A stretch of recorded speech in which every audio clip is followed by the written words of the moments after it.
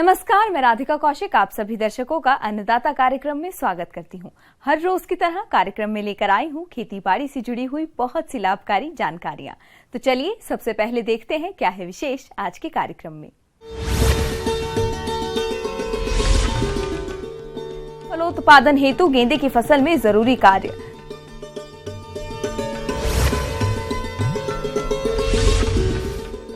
कृषि आदानों की खरीदी करते समय रखी जाने वाली सावधानियां।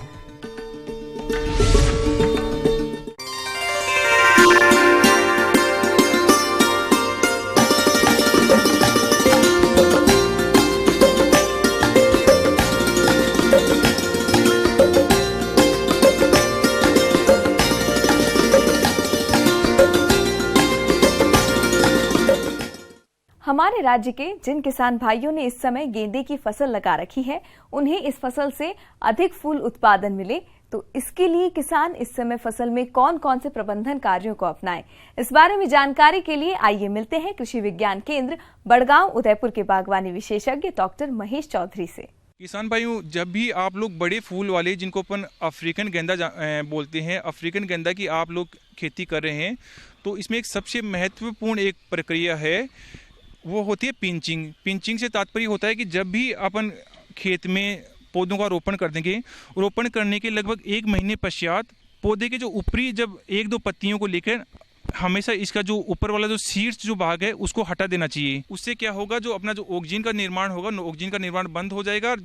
उसके कारण क्या होगा, जो साइड वाली जो ब्रांचेज होगी, वो साइड वाली ब्रांचेज होगी वो काफ़ी मात्रा में निकलेगी। उससे यदि अपनी जो शाखाएं ज़्यादा निकलेगी तो उन ज़्यादा शाखाओं पर ज़्यादा बर्ड्स आएगी, और ज़्यादा बर्ड्स आएगी तो उससे ज़्यादा फूलों की संख्या भी होगी। गेंदे की फसल से किसान भाइयों को अधिक फूलोत्पादन मिले, इसके लिए फसल में कुछ कार्यों को करना जरूरी होता है, जैसे खरपतवारों का नियंत्रण। इसके लिए फसल में पहली निराई गुड़ाई 30 से 34 दिनों पर करते हैं, दूसरी और तीसरी निराई गुड़ाई 45 से 65 दिनों पर करते हैं। खेत में नमी को ध्यान में रखते हुए आवश्यकता अनुसार समय समय पर सिंचाई करते रहना चाहिए, फसल की अच्छी पैदावार हो। इसके लिए फसल में पोषक तत्वों का समय पर प्रबंधन करना बेहद जरूरी होता है, जो इस प्रकार से है।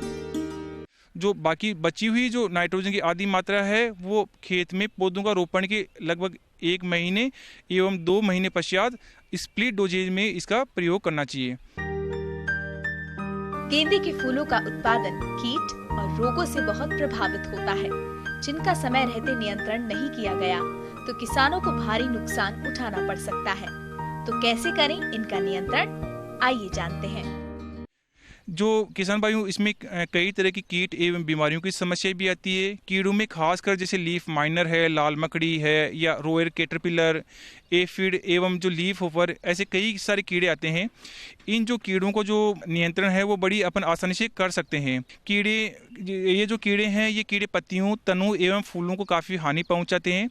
इसकी रोकथाम करने के लिए जो बाजार में आसानी से उपलब्ध हो जाती है, जैसे मोनोक्रोटोफास है, मेलाथियान या मेटासिस्टोक्स जो नामक जो दवा है, उसका 0.2% का घोल बनाकर अपन को इसमें छिड़काव करना चाहिए। साथ ही इसमें कई तरह की दूसरी बीमारियां भी आती है, जिसमें पाउडरी मिल्ड्यू से में जो पत्तियां हैं वो सफ़ेद रंग की दिखाई देती है तथा बाद में छोटे छोटे रंग के धब्बे बन जाते हैं। इसके नियंत्रण के लिए सल्फेक्स नामक दवा की 3 ग्राम मात्रा प्रति लीटर पानी में घोल के अपन को छिड़काव कर देना चाहिए। किसान भाइयों, अच्छी क्वालिटी के फूलों की प्राप्ति के लिए समय पर वैज्ञानिक तरीके से तुड़ाई करें, ताकि आपको फूलों का अच्छा बाजार भाव मिल सके। जो गेंदा के जो फूल हैं, वो उनकी तो तुड़ाई का जो समय है वो हर किस्म का अलग अलग होता है, लेकिन फिर भी सामान्यतः जो गेंदा के जो फूल है वो लगभग 60 दिन से लेकर 80 दिन बाद में मुख्य खेत में रोपण के पश्चात तुड़ाई के लिए तैयार हो जाते हैं। गेंदा के जो फूल हैं वो हमेशा पूरे खिले हुए फूलों को ही तोड़ना चाहिए। फूलों को जो तोड़ने का जो समय है वो जल्दी सुबह या शाम के समय ही करना चाहिए, जिससे जो इनकी जो सेल्फ लाइफ है वो काफ़ी समय तक बनी रहे। जो सेल्फ लाइफ का तात्पर्य है मतलब वो तरोताज़ा बने रहे। फूलों को तुड़ाई के पश्चात इनको कोई भी जैसे अपनी जो टोकरी या जो अपने गन्नी बैग्स आते हैं, जो बोरे के जो टाट आते हैं, उनको गीला करके भी किसान भाई काफ़ी दूरी तक इनका ट्रांसपोर्ट करते हैं। इनकी जो फूलों की जो पैदावार है वो अफ्रीकन जो अपना गेंदा उगा रहे हो तो इसकी जो उपज है वो 20 से 30 टन प्रति हेक्टेयर तक अपन मिल जाती है। साथ ही जो यदि आप छोटे वाला गेंदा जिसको फ्रेंच गेंदा के नाम से जानते हैं, उसकी उपज लगभग 10 से 15 टन प्रति हेक्टेयर तक अपन को मिल जाती है। लेकिन ये जो उपज है वो काफ़ी कारकों या अपन यूँ कहें कि अपनी जो मेहनत है उसी पे निर्भर करती है। इसमें जैसे अपने बात की, इसमें काफ़ी सारे पिगमेंट्स भी होते हैं। जैसे गेंदे की जातियों का मूल्यांकन करने से ये पता चला है कि पूसा नारंगी गेंदा जो कि नारंगी रंग के होते हैं उनमें केरोटीन की मात्रा होती है, जो कि जेंथ्रोफिल की मात्रा, ल्यूटीन की मात्रा एवं दूसरी जातियों की अपेक्षा जो पूसा नारंगी गेंदा में वो ज़्यादा पाई जाती है। जो जेंथ्रोफिल और ल्यूटीन है, जैसे अपने बात की, ये इस समय जो अपनी इंडस्ट्री है, चाहे कपड़ा इंडस्ट्री हो, चाहे पोल्ट्री इंडस्ट्री हो, या जहाँ पर जो नेचुरल कलर बनाए जाते हैं वहाँ पर इनका प्रयोग किया जाता है। तो ऐसे जो कलर या पिगमेंट्स बना के भी अपन इनसे अच्छी आमदनी ले सकते हैं। चलिए अब रुक करते हैं अगली कड़ी की ओर।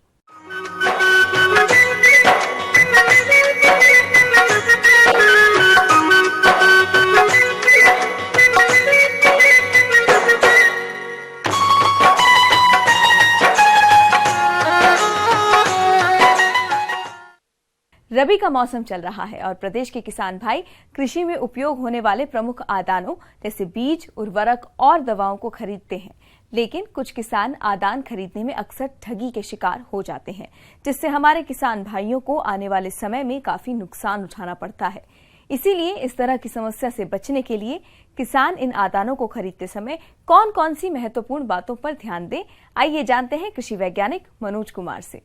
किसान भाइयों, समय आ गया है रबी फसल लगाने का। इस समय आप लोग को अच्छे तरह से जो बीज है इसका कैसे खरीद करें, बाज़ार में क्या ध्यान दें, और बीज की मांग और उसकी मात्रा, उसकी क्वालिटी, उसकी खरीदने की तकनीक को जानने की, पहचानने की, और पैकिंग की तिथि, ये सारी चीज़ें हम सबको अब जानने का समय आ गया है। तो इस रबी मौसम में हमारा जो फसल लगाने का समय है यह एकदम उचित समय पहुंच चुका है। इस समय जब भी हम फसल खेती करते हैं तो अधिकतर जो है फसलों में गेहूं और जौ खाद्य फसल में, दूसरा दलहन में हम लोग चना और मसूर की खेती करते हैं, तिलहन में हम लोग सरसों और तीसी की खेती करते हैं। तो इस समय मटर भी लगा रहे हैं किसान भाई। किसान भाइयों, प्राय देखने में आता है कि विक्रेताओं द्वारा मिलावटी या अशुद्ध या वैधता समय निकलने के बाद भी किसानों को बेच दिया जाता है, जिस कारण किसान भाई ठगी के शिकार हो जाते हैं और आने वाले समय में किसानों को नुकसान उठाना पड़ता है। अतः किसान भाइयों, बीज, उर्वरक एवं कीट रोग नाशी रसायनों को खरीदते समय आगे बताई जा रही सावधानियों पर ध्यान देना चाहिए।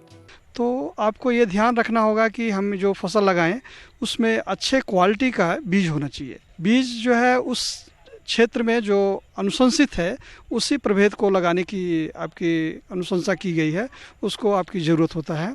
और इधर उधर से जो कोई दूसरी बीज लगाने के लिए आप आगे बढ़ते हैं तो कभी कभी दिक्कतें आती हैं।